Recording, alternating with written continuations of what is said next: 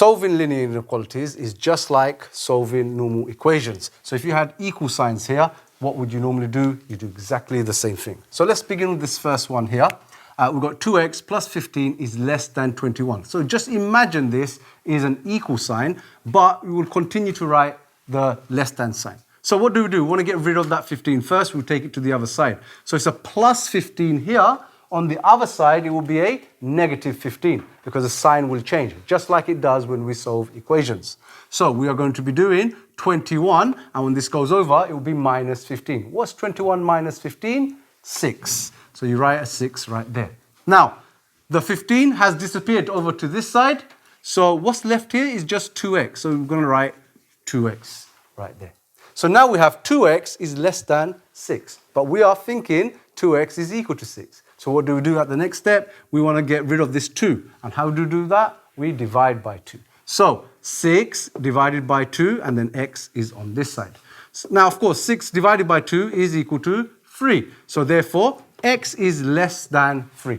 Now, a question may say to you, represent this on an inequality line. So what you do is you just draw a line like this. You just put some basic markings down, make sure that they are equally spaced out. And we want to be working around 3. So if we write 3 here, 4, 5, 6, and then going backwards would be 2, 1. We can even go to 0 and even minus numbers as well. Just to show you that we can do this, I'll include that like that.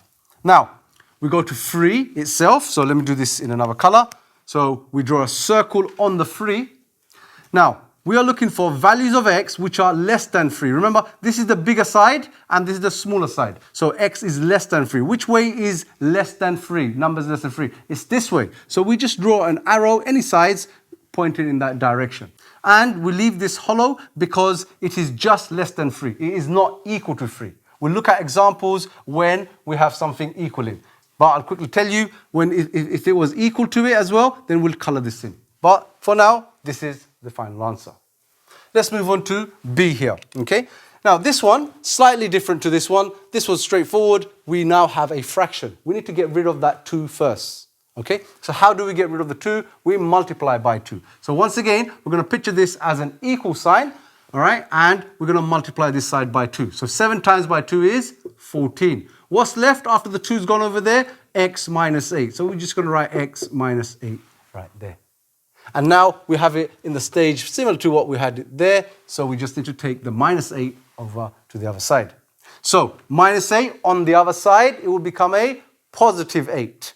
So 14 plus 8. What's 14 plus 8? 22. So we write this sign exactly as it is. And then we write 22 here and then x. So x is greater than 22. Now, how do I represent this on a number line? I will draw some numbers like this, so markings like that. Now we're working with 22. Let's just put 22 in the middle. So we'll have 23 here, 24, 25. We'll have 21, 20, and 19. It doesn't matter how big your number line is. Just draw some numbers. Now, we are looking at 22. So once again, go to 22. Now I'm looking for the numbers of x greater than 22, because this says x is greater than 22. So which way are the numbers greater than 22? It's that way. So I will draw an arrow going like that. Once again, it's just greater than, so I won't need to color this in. All right? Now, let's move on to this one. This one, a lot more trickier than these two, and it also includes the equal to sign, which means that we'll have to color in our circle. So where do we begin? Now, you can do this with 2 different steps, okay? You could either get rid of the 5 and the 3 or deal with those numbers, or you can get rid of the fractions. It's totally up to you, but we have to choose one particular way, all right? Let's just choose to get rid of the fractions first. Both of them have a denominator of 2, which is great, so we can multiply both sides by 2. If we multiply both sides by 2, and let's just write this right here, so we're going to multiply both sides by 2, that 2 disappears from here. This will also be multiplied by 2, so therefore you're going to have x, because the 2's disappeared from here. Minus 5 times by 2 is minus 10. And then this, I will just write as it is. This will also multiply by 2, which gives you 6. And this one will disappear because it's the same as when I multiply this one. I'll have a, let's say, a times 2 here because I'm multiplying by 2, and then these two will cancel anyway. So really, I'm just multiplying by 2 once. So what will I have here? Minus x. All right? So I have this next stage here, which is similar to that and that. And then what do I need to do? I need to make sure that my x's are on one side and my numbers are on the other side. All right? Now, to avoid dividing by negative numbers and it means I change the sign, what I can do is I can say, look, I've got x here, it's a positive. I've got a negative x here. Which one's bigger? This one or that one? This one's bigger. I'm going to move the smaller one to the bigger one's side. So minus 1x moves to the other side. Once again, the sign will change. So on the other side, this minus x will become a plus x.